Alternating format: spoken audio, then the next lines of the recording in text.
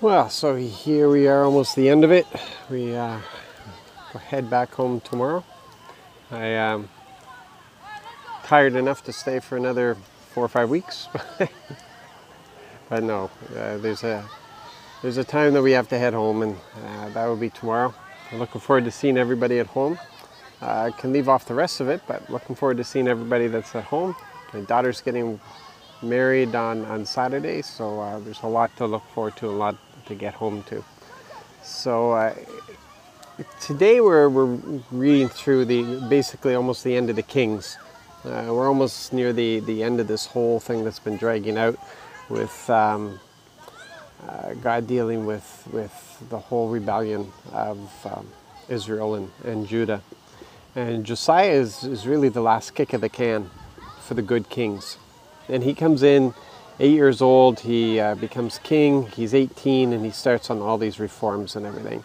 His heart is for God. And you got to wonder what the influence is. Where was the influence? And how was the influence? Was it the mother? Was it officials? Was it a prophet? Was it, we don't always get the full story, but Josiah, he loved the Lord with all of his heart. And he went and he cleansed the whole temple again, got rid of all the idol worship again, had a fantastic Passover again.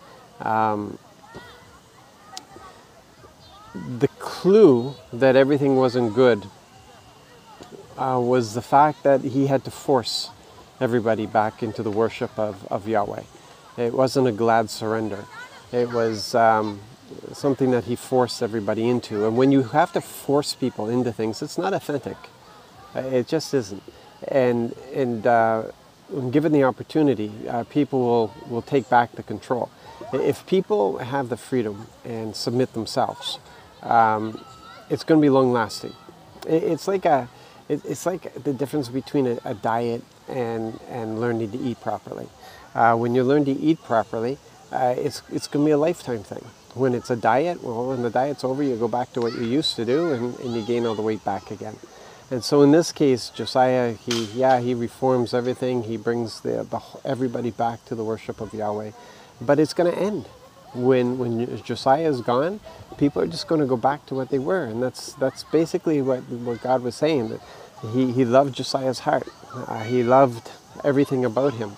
And he delayed his wrath during Josiah's time, but it was a delay. And he said that it was a delay, but it was too late. The wrath was coming because God knew everybody's heart. He knew that this wasn't real, wasn't authentic. And sure enough, Josiah wasn't supposed to die the way he was supposed to. God wanted him to have a peaceful end.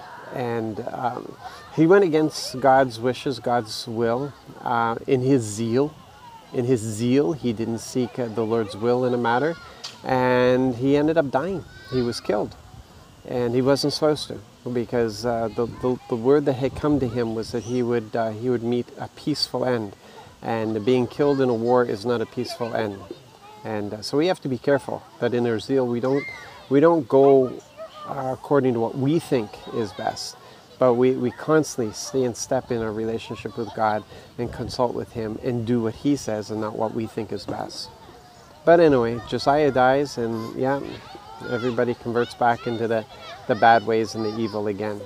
So we need to be careful in all that we do, that we don't try to force people into something that isn't natural to them, that we want them to choose naturally these things and not be forced into it. So anyway, we're heading home. So be blessed, be encouraged. I can't wait to hear the testimonies that have come out of this past week and with the ministry of the elders. And so you be blessed, and I know that you're praying for a safe journey for us heading home, and we really appreciate it. We appreciate the prayers for little Harmony, who fell off the slide yesterday and injured herself, but she was healed. When the appeal went out for prayer, man, the healing came in very quickly, and we really appreciate that. So take care. God bless.